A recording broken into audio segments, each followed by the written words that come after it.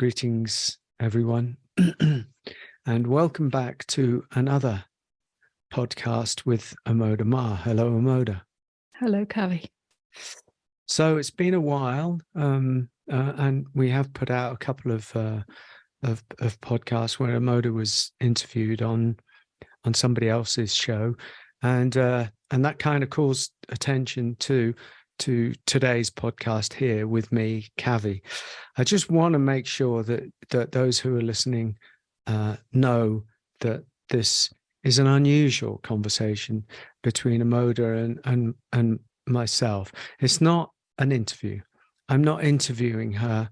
For the interviews, she goes to people who actually are good at interviewing. I'm not actually very good at interviewing, but I am pretty good at having a conversation with my wife, who is also a spiritual teacher.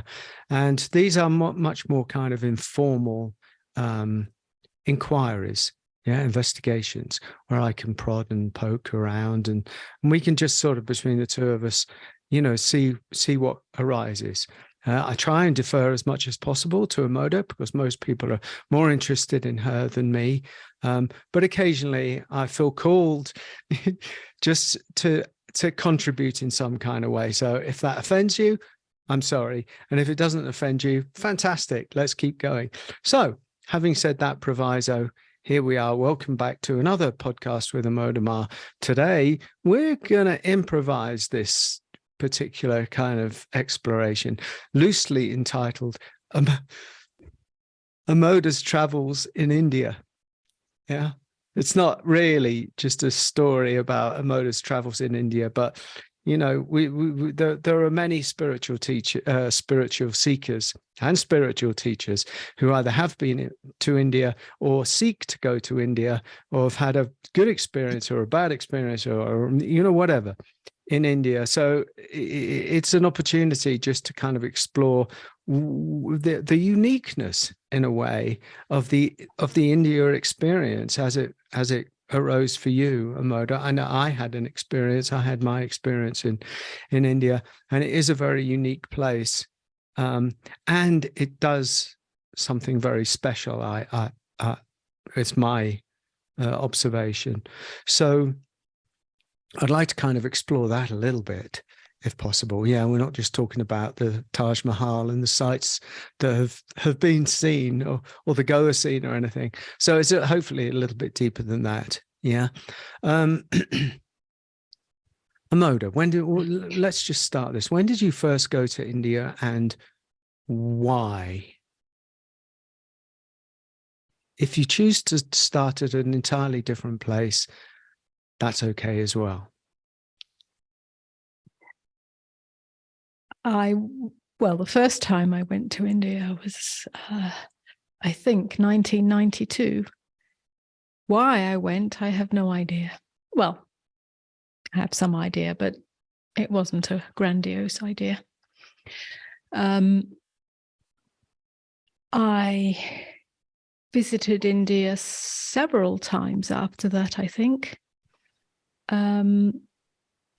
And then I'll skip very quickly to the primary time in India in 1996, partly because that's the one that holds the most meaning and the most teaching to me, personal growth for myself, and also the one that I remember. I don't really remember much of the previous ones. Yeah. You also remember the ones that we did together. Well, that's after 1996, quite some time after 1996. Sure, yeah. So from that point on, so we can start there if you want. Yeah, let's talk a little bit about that. 1996, I went for a specific reason, and I went for some time. I can't remember it. It wasn't a long time, but it was several months at least. I went with the distinct purpose or intention of, should I say, finding myself. Finding myself in the sense of having been very embroiled in a turbulent, intense relationship that I both never wanted to leave and totally wanted to leave at the same time. You know, remember, I'm still in my 30s then, mid 30s. So still very much on a path of self-discovery. I felt that being that far away from the relationship would allow me to discover something about myself that I wasn't able to in a codependent, entangled relationship. That's one reason. Well, that's the primary reason. I did go directly to Pune, to Osho's ashram. He had just left his body a year or so prior to that, maybe 2 years. I had been introduced to the ashram in Pune several years prior to that, but only for a very short period of time, where I tried some of the active meditations and very much felt resonant with that, although a little bit overwhelmed by the vibration somehow, the teachings, the satsangs, which were recorded, but left me partly feeling like I was being brainwashed, only in the sense that I couldn't make sense of what was being said. But I did very much resonate with some of the meditations. Anyway, so I touched on it, got a feeling for it, and thought, well, maybe I'll just give myself to this. There's a lot I don't know, but it seems like a space where I can just go and find something out about myself. And that's where I went. What did you think did you have any more distinction than finding out something about myself? What is that? What's that mean? I just had to be away from my relationship at the So time. it was as much moving away from as moving towards something. It was. Yes. I knew that I sort of had a sense that by traveling on my own in that way, which I had not done before, by going to India, that I'd been to India several times, but for very short periods of time, a few weeks, and with my relationship, and not to any sort of spiritual center, if you like, which was an opening in itself, but a different kind of opening. So I sort of got a sense that by being on my own, traveling and exploring and sort of following my own impulse, making my own choices, being away from my usual environment, and being in an environment where meditation was at the core of it, and not just sitting silent meditation. I'd done a lot of that. I'd gone to Buddhist monasteries all around England at various times and immersed myself in that. So I was very familiar with meditation in that sense, but this was much more eclectic, much more, as everyone knows now, all the active meditations, and then there's the tantric meditations, and there's all sorts that we don't know about until we go there and dive in. I just got a sense I'd find something else, find out who I am. I don't mean in some, non-dual sense, or that's not what I was following at the time, but just find out who I am as a person, what I want, what I'm following. I don't know, just who I am outside of a relationship. Was the relationship, were you in crisis at this point? Very difficult to say, because if you mean chaos by crisis, that was from the day one. Truthfully, that was from the moment we met. I I don't particularly want to go into specifics here, but it had that quality. And, you know, perhaps now I would simply walk away from that. Well, definitely. But at the time I was both drawn to it, yes, and repulsed by it, or repelled by it. But, you know, again, just to put it into context, it was one of the most powerful episodes of my life. Yeah, 10 years it lasted. And as you know, Kavi, you're familiar with you're familiar with that relationship because you were around then as well. Yes, just for everybody who's listening, I know the man in question. He was actually pivotal in a strange way, not strange way, in introducing Amoda and I to each other, because he was the producer of the rock and roll band that I was in, as well as being Amoda's husband. And years before anything happened between Amoda and I, even before we were working together, I was aware, even on the very periphery, of the volatile nature of this relationship between these two beings who I really didn't know very well. I knew John, actually, the husband, more than I knew Amoda at all. But I heard tales, and it was, it was pretty volatile. He was a wild and beautiful and unique and eccentric guy. Yes, so in the music world, very talented genius. I loved him. So we're not. He was a beautiful guy. He still is. Yeah. Yeah. Both of us were much younger than we are now. Both of us had much to learn, and our personalities or our energies were in some ways opposites. The opposites pulled us together, and the opposites pulled us apart. And so it was a journey where I learned a lot. Yes. About relationship, about myself, about all sorts of things. So anyway, it was necessary. But at that point, which was kind of halfway through the 10-year mark, it was high and low all the time. Yeah. So I don't know what happened, but there was a sense that I had to just leave. I mean, we weren't living together at that time. We did have very independent lives on that level, so it was quite unconventional anyway. But it just felt, something called me, something had to. So I went to India. So then okay, yeah, so I get that. I think we get that. What then transpired? In a nutshell, what I came face to face with when I say I had a sense that I was going to discover something about myself or find myself, what I faced immediately and as an ongoing theme, perhaps, was fear.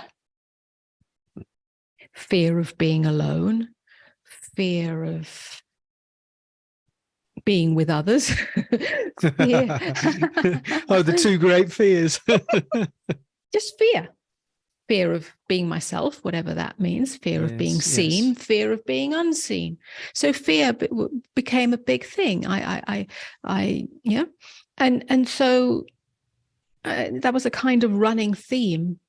What actually transpired on a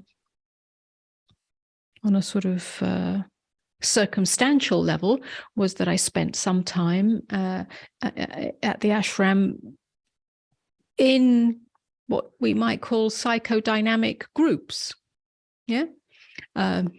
Primal therapy, this therapy, that therapy, groups where you face yourself, expose yourself, breath work, tantric work, primal work, all sorts. The dynamic work, energy work, fabulous stuff. Not that I was totally unfamiliar with it, but this took it to another level. Also on a circumstantial level, I had to find my way through the maze of India, finding somewhere to live, finding a way of feeding myself. I didn't have that many resources. Finding a way of just managing my time, finding a way of managing the approach of the opposite sex, which happens a lot, especially when you're younger, and in that environment. And managing that, finding my way through that, learning where I had in some ways been, codependent, unable to say no, or unable to say yes, or following my own inner impulse rather than someone else's. All of this was very valuable. And I also find myself leaving the ashram. I can't remember why, but again, conglomeration of things. I ended up quite a long way away on a beach, totally on my own. I was meant to be with other people, somebody I'd met, a girlfriend, but for some reason, she went off somewhere else. As in India, you just kind of follow your own flow. Yeah, everyone does. Gotcha. This was particularly poignant to me. I ended up on a beach, it was a deserted beach actually, in a very small hut, very, very primitive, which I'd experienced before, but night, complete dark, sea, nobody around, and yet there's a fishing village somewhere, totally on my own. I ended up there for quite some time. I can't remember, a couple of weeks or something. And I learned, I faced the fear of being alone. I mean, totally alone. Sitting on a beach at night, totally dark, alone, or first thing in the morning. And it can't, it was a fear that I hadn't faced before. And, the fear of being, well, very much the fear of the unknown, unknown country, unknown environment, unknown circumstances. There was a great nakedness in that I didn't know, I wasn't doing it consciously. That's just where I happened to be. It was only when I left after a couple of weeks and took the bus back to the ashram that when I entered the ashram, it's more like a little township, if you like, I had a very different sense of myself. I think that was one of the first major experiential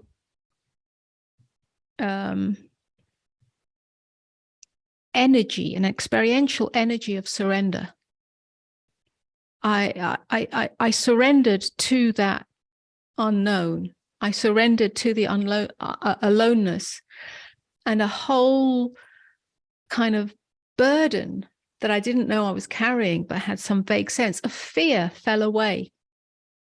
Fear of my survival, fear of being seen, fear of not being seen and not being taken care of, fear of being invaded, fear of being left alone and abandoned. It's like it all came undone. And I was able to enter the ashram and somehow be in my own flow completely. So all yeses and nos, all natural impulses to go here, do this, be still, just arose very naturally. So it was a great naturalness. And it's from that point on that I was really able to be totally present and naked, sometimes literally, in the meditations, not concerned with any need for acceptance or approval from the group. Yeah, because there are many groups and cliques and so on, like there is in any culture. I was totally in my own zone. And that was beautiful. That was the first time I think I'd experienced that. And it led to, I think, and again, this is all in retrospect. I couldn't have described it this way at the time. It's how I experienced it after that. It sort of led to a very seamless experience throughout the next few months. It was just seamless. It's like one eternal unfolding. And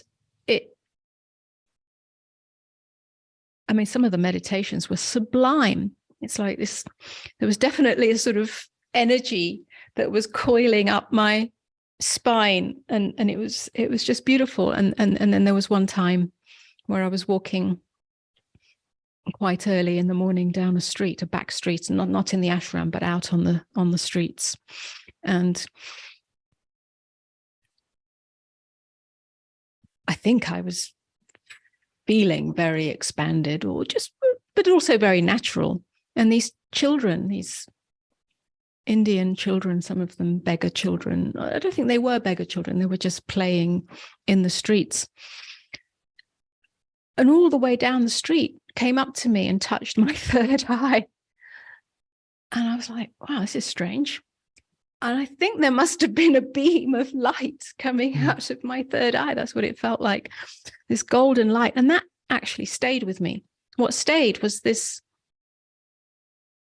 sort of point right here, and as if I was actually located there. And from that point,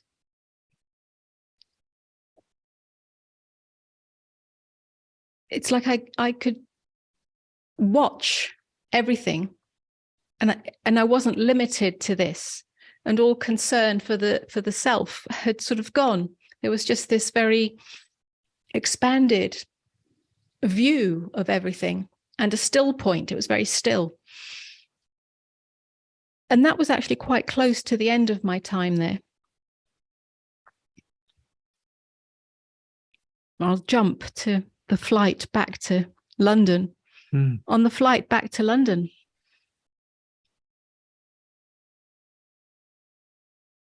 of course, the chaos and the activity of catching a flight, packing bags from India, from this expanded, this was like shortly after this, back to London.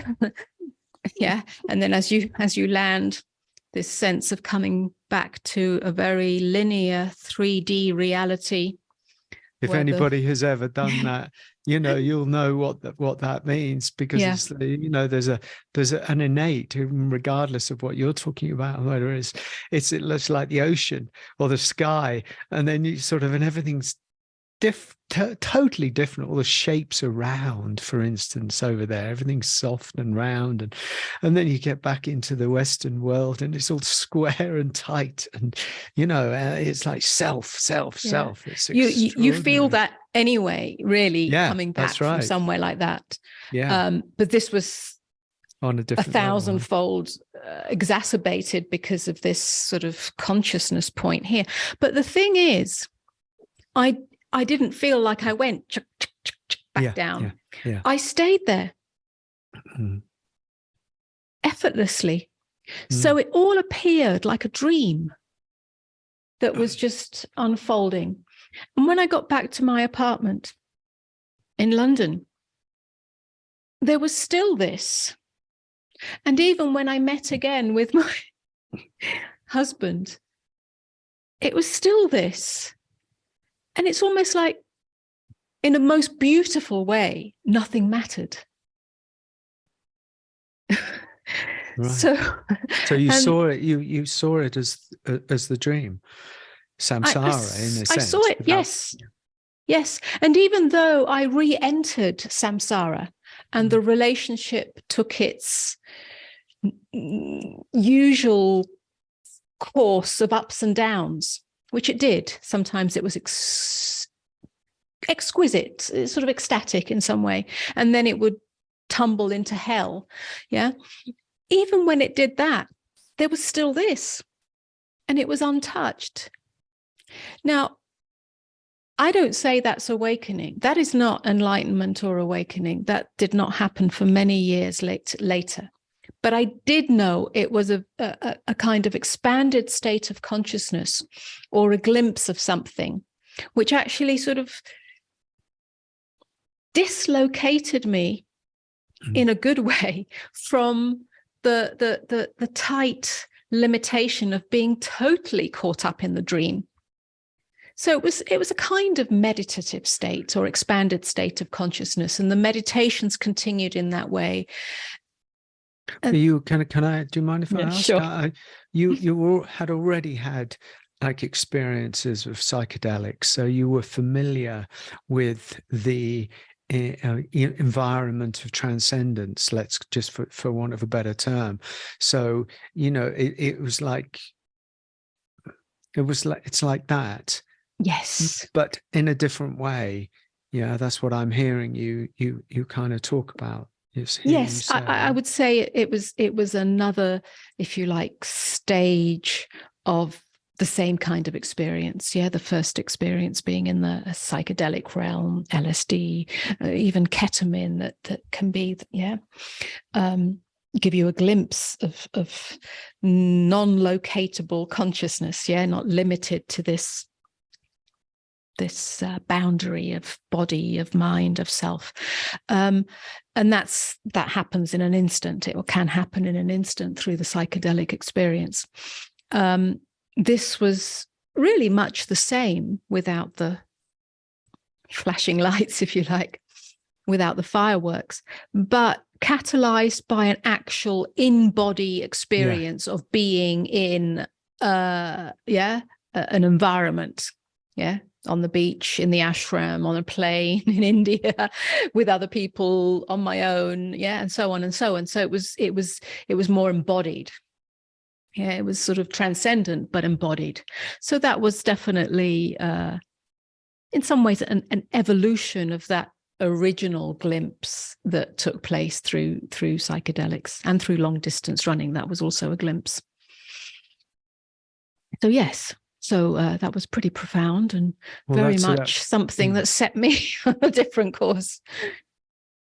I mean, if you were listening to that, you from a certain perspective, you say, well, this is a Kundalini experience, where they ended up not at the crown, but at the third eye. And once the third eye connection had arisen, it kind of never went away. I mean, I have no idea whether that's Kundalini or not, but there's definitely a movement, a shift of energy, but also there's something latent within you, I think, that, that allowed that to happen kind of relatively easily, in a sense. Yes, I think it was Kundalini. I mean, Kundalini is simply a release and a movement of energy from the limited to the unlimited. But yes, this was very much that, because when I came back to London and I would just sit, and whereas prior to going to India, my meditation practice was meditation practice. You sit, you get into the posture, you breathe, you count, and you remain as the witness, and so on. This was just, I sat, and immediately I wasn't there. And I experienced movement in the spine that would, and that would be bliss. And there was no trying, no effort. And this went on. And so it'd be an hour later, and I'd be like, I'm still here. So there was no meditation practice, really. It just happened spontaneously. It did sort of, if you like, sort of fade away or kind of integrate after a few months. But it was a 2 or 3 month period where it was actually I didn't speak to anyone about this. I didn't tell anyone. This was just my private experience. I didn't make a big deal of it. It's just what was happening. It was lovely. Did it change? Did John, your husband, did he notice, or did it have an impact on the next wave? Because you said that was after about 5 years and your relationship lasted about 10 years. So we're talking about an experience at a pivotal point halfway through. Was it? I mean, I know you don't want to talk particularly about relationship, but why not? He noticed initially that there was a glow, if you like. I can't say that I could share the depth of that experience with him. that wasn't really his realm. Yeah. Or the conversations we were having. So it sort of had a nice effect for a short while. And then we tumbled into hell again. Right. Yeah. Yeah. Something like that anyway. Yes. Yeah, I thought that was what you were going to say. We stumbled along in and out of things for a few more years after that. Maybe 2 or 3 years, I can't remember, but there was a few more challenging years until it was it was obvious. Well, it wasn't obvious. It sort of happened by itself that we had to part very suddenly.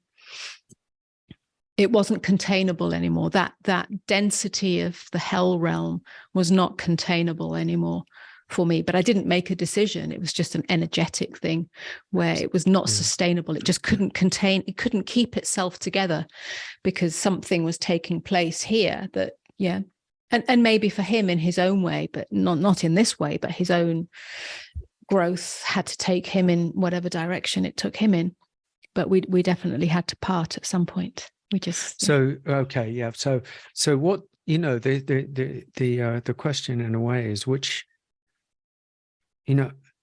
something was liberated for you in that experience in India, but it was India and the ashram, Osho's, the experience of actually being in that. It wasn't just India, it was actually 2 environments, both within each other, because India, in the circumstance that you're talking about, would or might have a profound effect anyway, but that in the context of the dynamic or liberating, because everything that you kind of talked about is are all consequences or actions that are fostered and were encouraged, or not encouraged, but that's where Osho's meditations, much as Osho being the kind of controversial figure that people talk about, I'm not interested in that kind of stuff, because those meditations were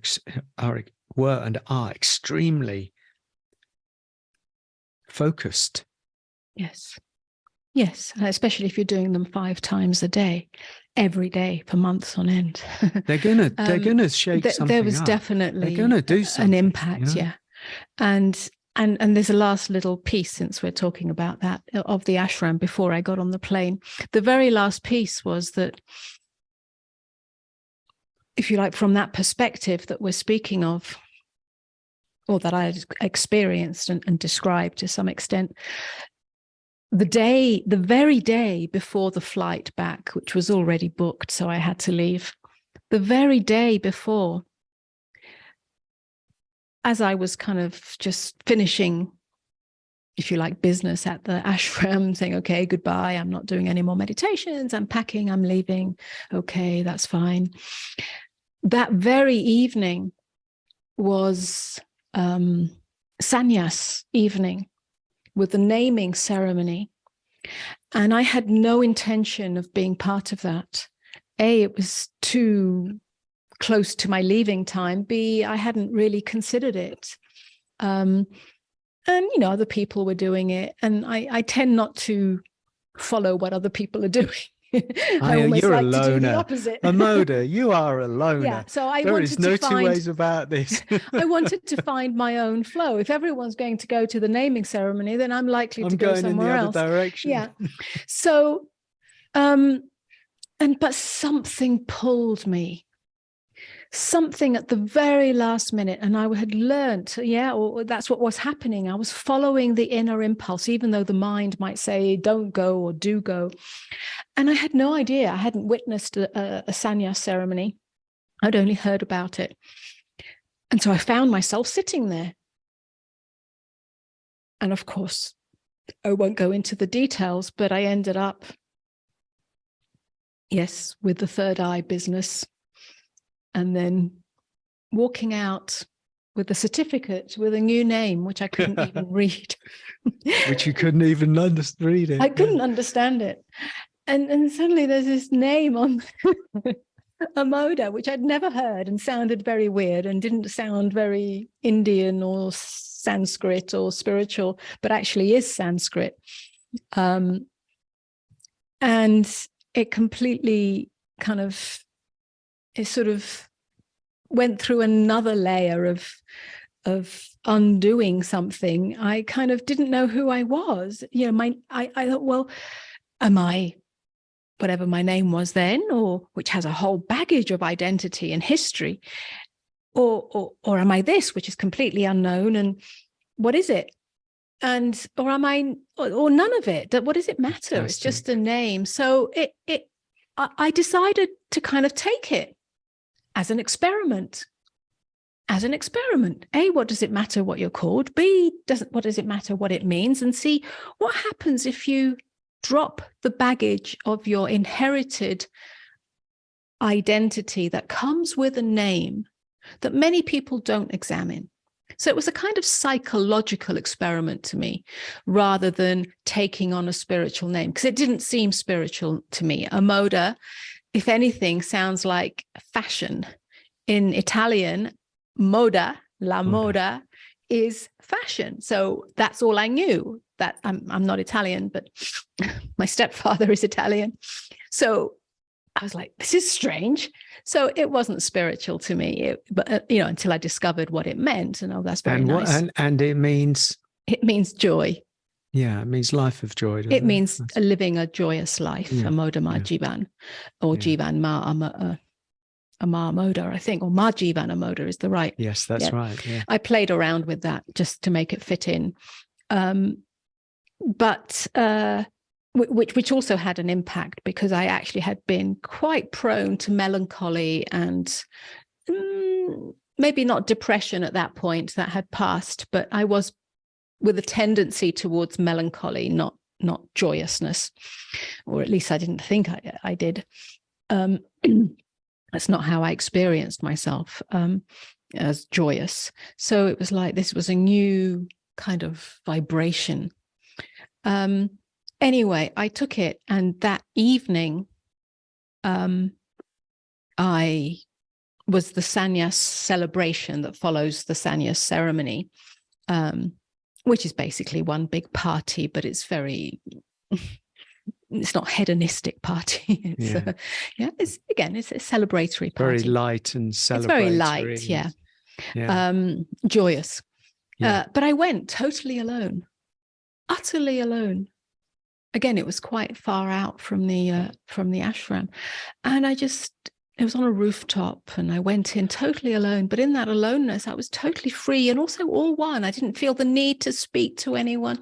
I didn't feel the need to be, approved of or belong anywhere or included. I didn't have a single drink. And it was just, again, a very ecstatic experience, naturally. And I think how that was experienced, I felt like I'd merged into unconditional love, which wasn't from anyone, but I really felt Osho. I hadn't met him in the body. I'd absorbed his teachings, which by then were not so gobbledygook, but still it sort of bypasses the mind. I felt that it was one and the same. Yeah. Not that I am Osho as a personhood, but the essence of Osho and the essence of this are one and the same. And in that there's a wholeness, a completeness. And it's from that point on that the path of surrender, or the path of unconditionality, naturally unfolded. I didn't choose or set out that way to do that, to practice that. It just became an energetic field that had a resonance, a rippling effect throughout my life. So from that point on, the next morning on the flight to London, and then the ups and downs of the relationship, from that point on, all there was that. It was ongoing unconditionality, ongoing undoing of resistance until that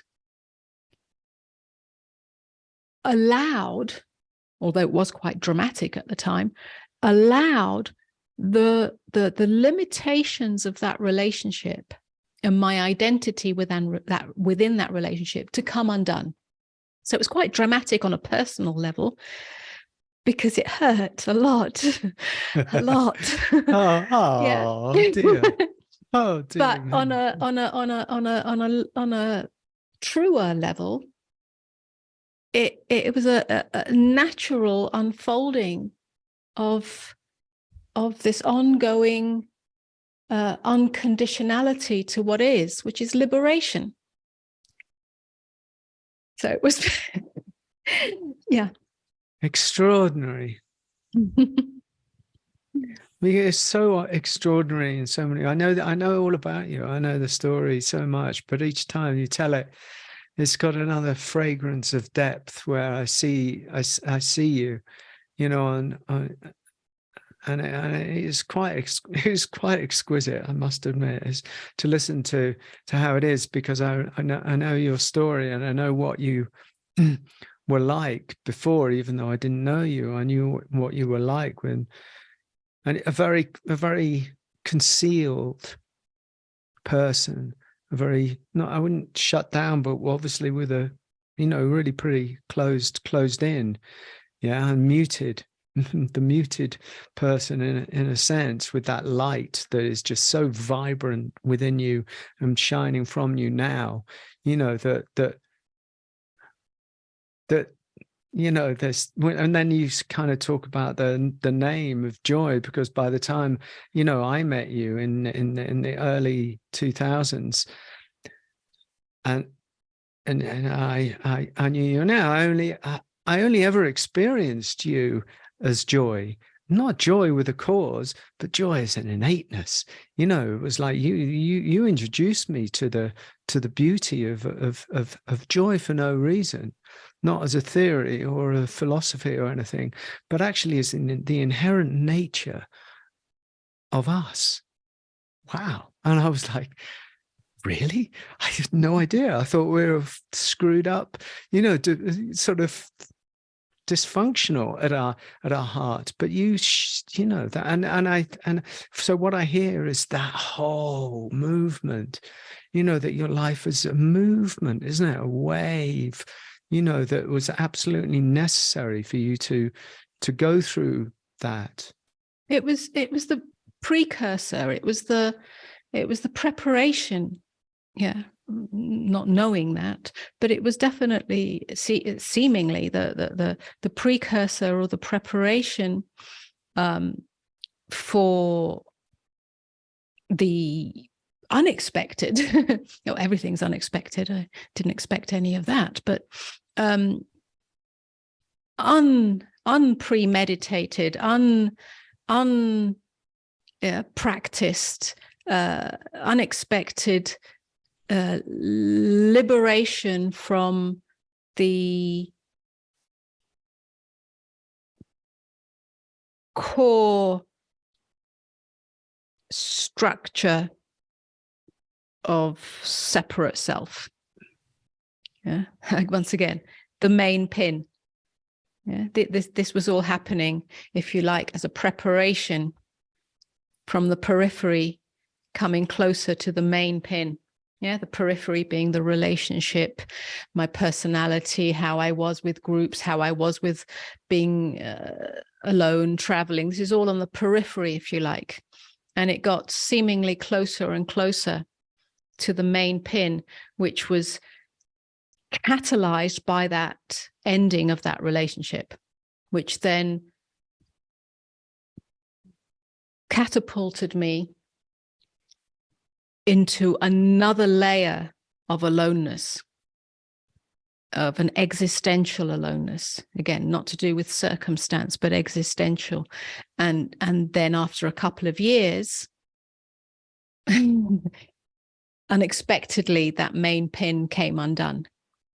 And that's liberation from the the me identity that is a separate self. And then from that point on, as you know, and we've spoken about, so I won't go on about it, there is no more problem or concern for the personhood. No more trying to fix it or have a better life or have a better relationship. And in fact, no relationship. Fantastic, because everything is until one. I came along. And well, you appeared in that field, yes. Shortly after that, a year or two after, but maybe about a year after that. We've never really, either of us have thought about this as a relationship in a sense, have we? Now you think about it. I've never thought about myself as having a relationship with you. No, from that point on, that wasn't having a relationship. That was another appearance in the one, seemingly dancing as two, almost for a purpose. Yeah. Not a purpose, a conscious purpose of I'm going to have a special relationship or do something special in the world, but it had its own creative or energetic field, frequency field that's it's been growing, or if you like, refining itself for many years, but it's been moving through us. And that's not the same as having a relationship. Yeah. Yeah. So again, we've spoken about this many times.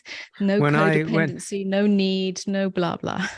When I used to hang around with the shamanic guy, the woman who was co-teaching with him was saying something about when love calls or something. When love calls, there's the trumpet sound over the other side of the universe. Something is started in motion. And when you speak to me about these sorts of things, I feel like, whatever happened to you in this crazy life that we live, it called me. And I had to completely, leave my entire life, really. And I came charging across the universe in order to die, in order to die in front of you, so that I could just be of service in this that is you ultimately, as and I know how weird that sounds, but honestly, in my heart of hearts, I feel that very, very strongly. Yes. And the more I listen to you, and I loved this phase that we're in of you talking about kind of what's led to this, because I think that people, see a human being who's also having, is an extraordinary teacher in many ways, and what's contributed to that, because you can't say what has caused anything, but everything is a contributory factor, isn't it? You didn't plan, like you said, you went to India to get away from, to get some space, to try and to sort of find yourself, but you didn't find yourself. You got closer to losing yourself. That's right. It did bring me closer to losing myself in the most beautiful way.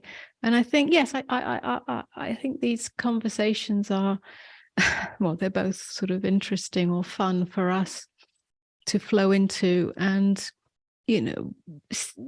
perhaps, and the feedback we get from those who follow us, who follow the teachings, who are immersed in the teachings, is valuable, in that, most spiritual teachers, traditional and even contemporary, have a persona, have a facade, and only certain bits of the story are presented.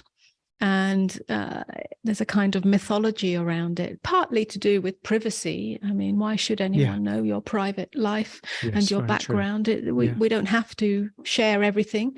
And that's great. Why not? But somehow, perhaps because of the two of us, we're compelled to share some of that. And I think that brings both a humanity. Sometimes it's misunderstood, and they go, oh, well, you're not a spiritual teacher, you're not liberated, as you say you are, or as you present yourself. And that's rubbish as well. There is a very ordinary, or extraordinary, as we each are, unique individual here who hasn't come through the traditional path of being born on a lotus flower or having gone through, some, 10,000 years of Buddhist practice or whatever. Some of us don't have to. Yeah. When I entered Buddhism, not as a teaching, but as a meditation practice, it was so familiar to me.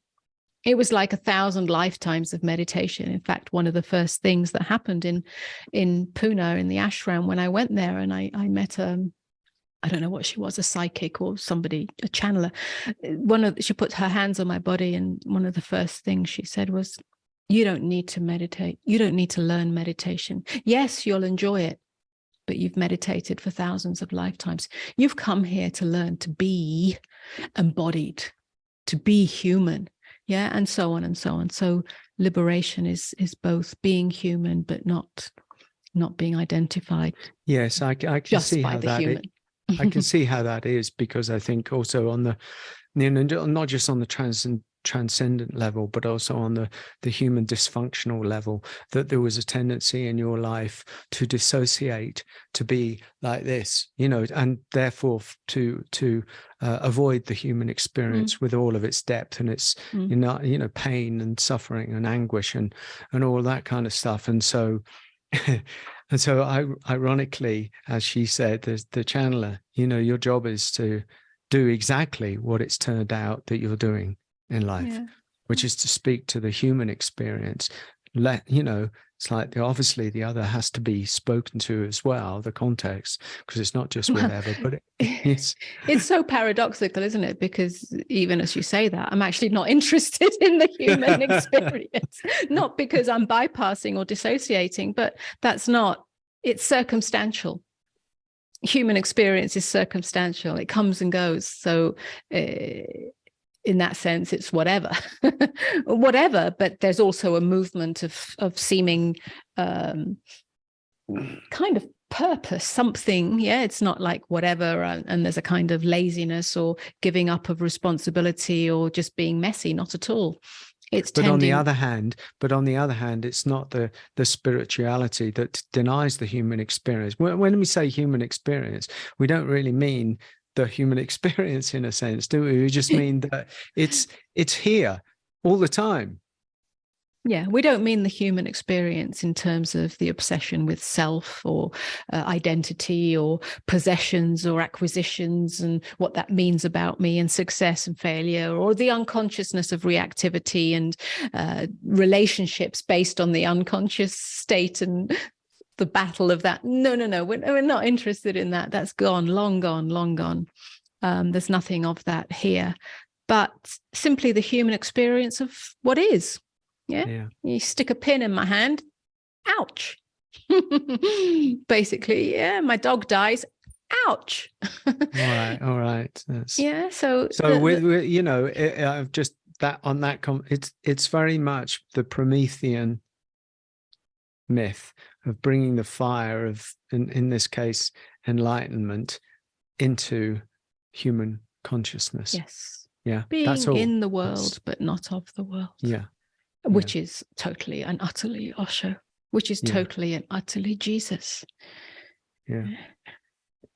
So look, I think we might have to draw this episode to a conclusion. It's sort of some of India, isn't it? Not all of India. Well, we haven't even talked about southern India. I mean, when I was just thinking about the experience that we had when we ended up in Arunachala, we ended up in Tiruvannamalai, we ended up at Ramana's.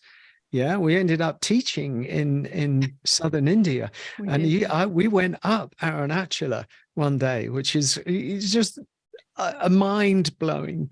And also, my experience of India was very different to yours, and but in a way had the same kind of effect, because it just tore my English sensibility apart. I mean, almost as we landed in the plane, we got through the airport and I was just toast, wasn't I? Because it forced me to surrender, and I didn't want to surrender anything, And I think we can just say that about India, if you're available, if there's something available in you for the ruthless invitation of surrender, then it's going to happen. Whether it means that you have to stand in the line waiting to get through passport control and you have to surrender in patience and just be there. and be there in presence and okayness, then it will do that. And if you're not available for that, then most probably the India experience will be rather unsavory or uncomfortable, or repel sort of you, really. spit you out, and you'll leave, unless you do the total tourist thing. We're not talking about the tourist thing, we're talking about India. And that was some time ago. I don't know what it's like now. I mean, who knows? Yes, I know all of those qualities that were alive in me, the indignity of it, the impatience of it, the rightness of it. Yes. Of it. Yeah. It has to be ordered. Yes. We are in line. So this person's first, and and this, but no. It's much more chaotic than that. It's almost, honestly, just kind of wrapping up. My experience very quickly was that there was some strange intelligence in India itself that knows who everybody is, and it knows how much you're holding on to whatever vestige of self you've got, and it's going to come along and it's got your number and it's going to push your button, and it will push and push and push and push, and then you either leave or you stay. And you can stay and fight, and a lot of people do stay and fight, or keep, this is just my experience really, or you stay and you just go, you know what, this is much bigger than I ever thought, and I start giving in, and I did start giving in a big way in that place. And then beautiful things happen, magical things, unexpected things. They're just small things, or I don't know, just something surviving. Surviving, just a certain fullness of heart. Unbelievable. And grace. I was, I'm just speechless when it comes to that. So, maybe we'll talk again. Well, we will talk again, but we'll talk again about India or something. We'll see. Perhaps. We'll see how it goes. But that really for me was a very beautiful conversation, and I hope that other people were equally as interested and captivated by your story, which is very very beautiful, very beautiful.